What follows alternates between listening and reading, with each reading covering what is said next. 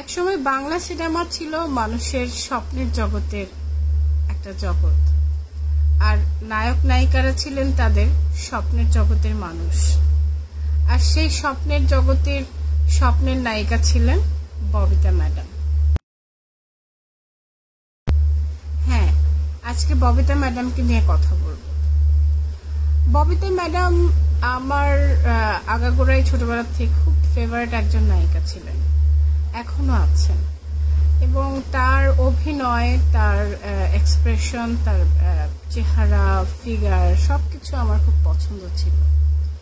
আমি সবসময় কল্পনা করতাম যদি এই মানুষটাকে কখনো সামনাসামনি দেখতে পেতাম। তো আমার সেই স্বপ্ন, আমার সেই আকাঙ্ক্ষা পূরণ হয় আমি যখন ওনার সাথে প্রথম দেখা করার সুযোগ পাই। আপনারা জানেন, আমি এর আগে চম্পা ম্যাডাম সম্বন্ধে বলেছি। চম্পা ম্যাডামের সাথে আমার একটা ভালো সখ্যতা গড়ে উঠেছিল। তো চম্পা ম্যাডামকে আমি একদিন বলেছিলাম যে আমার প্রিয় নায়িকা ছিলেন ববিতা ম্যাডাম, যদি ওনাকে সামনাসামনি কখনো দেখতে পেতাম। তো চম্পা ম্যাডাম বললেন যে ঠিক আছে, সে তো আমারই বোন, একদিন তোকে নিয়ে যাব তার বাড়িতে। তো একদিন ঠিকই সেই সুযোগ হলো। ববিতা ম্যাডামের একমাত্র ছেলে অনিকের জন্মদিন। তো সেই জন্মদিনে আমাকে ববিতা ম্যাডামের বাসায় নিয়ে গেলেন চম্পা ম্যাডাম।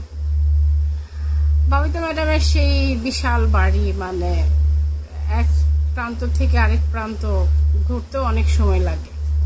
সেই বাড়িটা আমি ঘুরে ঘুরে দেখলাম, তার বেডরুম পর্যন্ত আমি গিয়েছিলাম। চম্পা ম্যাডাম আমাকে ঘুরে ঘুরে দেখিয়েছিলেন। এবং ববিতা ম্যাডামের যে বাথরুমটা ছিল সেখানে কয়েকশো পুতুল, মানে বিভিন্ন দেশ থেকে আনা সুন্দর সুন্দর ডল সাজানো ছিল। আমার মনে হয় প্রতিদিনই পুতুলগুলোকে ক্লিন করা হতো, এত সুন্দর চকচকে। আর বাথরুমটাও ছিল বিশাল বড়, মানে সেখানে রীতিমতো হাঁটা চলা করা যায়, মানে অনেক মানুষ আটবে এমন একটা বিশাল বড় বাথরুম তার।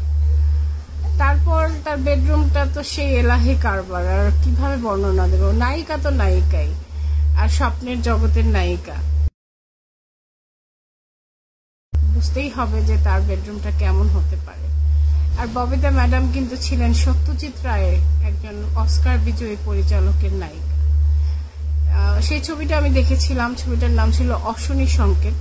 ছবিটা অ্যাকচুয়ালি সত্যজিৎ রায় পরিচালক হিসেবে দেখা তো হয়েছিলই, এবং আরেকটি বড় ইন্টারেস্ট ছিল যে আমাদের ববিতা ম্যাডাম ছিলেন ওই ছবিতে। অসাধারণ অভিনয় করেছিলেন তিনি ওই ছবিতে। তো যাই হোক, ওই দিন আমার প্রথম ববিতা ম্যাডামকে দেখা, সেই স্মৃতি হাসি মুখে আমার সাথে উনি কথা বললেন, আমাকে ববিতা ম্যাডামের সাথে পরিচয় করে দিলেন চম্পা ম্যাডাম। তো একজন নতুন নায়িকা হিসেবে আমাকে খুব সুন্দরভাবে উনি স্বাগত জানালেন। এবং তার ছেলের বার্থডেতে বিশাল আয়োজন, বারবিকিউ পার্টি হচ্ছিল, বিশাল বড় একটা খাসি পোড়ানো হচ্ছিল ওনার উঠানে, বাগানে। তো সেখানে অনেক অতিথিরা ছিলেন। সেখানে আমার দেখা হয় সুচন্দা ম্যাডামের সাথে, ববিতা ম্যাডামের বড় বোন, এবং ওনার ছেলে মেয়েদের সাথে আমার পরিচয় হয়, খুব ভালো লাগে। তো আসলে সেই রাতটার কথা আমি কখনোই ভুলবো না। এত সুন্দর একটা স্মৃতি আমার জীবন থেকে কখনোই ভোলার নয়। তো এরপর ববিতা ম্যাডামের সাথে আমার এফডিসিতে মাঝে মাঝে দেখা হয়েছে, সামনে যে একটু সালাম দিয়ে এসেছি। তারপর আমার সৌভাগ্য হয় স্ত্রীর মর্যাদা নামের একটি ছবিতে ওনার সাথে কাজ করার। এবং এই ছবিটাতে আমি ওনার সাথে মানে অনেক গল্প করেছি যখন কাজ করেছি। এবং ওনার সেই স্মিত হাসি সবসময় মুখে থাকে, যখনই যে আসে উনি সালাম গ্রহণ করেন। আর একেবারেই অহংকারহীন একজন মানুষ, আর কখনোই কাউকে নিয়ে নেগেটিভ মন্তব্য করা বা নিজেকেই পজিটিভ ভাবা, এই ধরনের চিন্তাধারা কখনোই ওনার মাঝে দেখিনি। উনি সবসময় ওনার নিজের জগতেই বাস করেন। ববিতা ম্যাডামকে দেখেছি যে উনি নিজের জগতেই বাস করেন, উনি ওনাকে নিয়ে সবসময় ব্যস্ত থাকতেন। এবং চারিপাশে পারিপার্শ্বিক কাউকে নিয়ে বেশি সমালোচনা করা বা আলোচনা করা, এই ধরনের অভ্যাস আমি ওনার মধ্যে কখনো দেখিনি। আসলে বড় মানুষদের বিশেষ কিছু গুণ থাকে, এর জন্যই তারা অনেক বড় হতে পারে।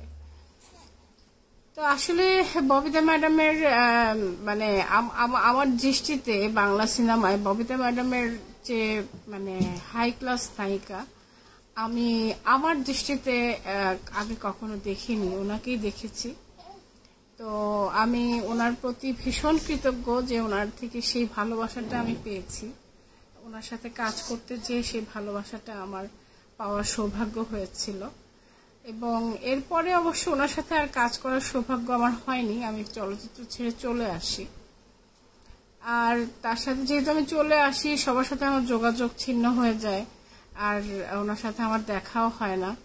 তো অনেক দিন পর এফডিসিতে একদিন আমি 2009 সালে মেবি, তখন আমি একটা ইলেকশন করছি শিল্পী সমিতিতে।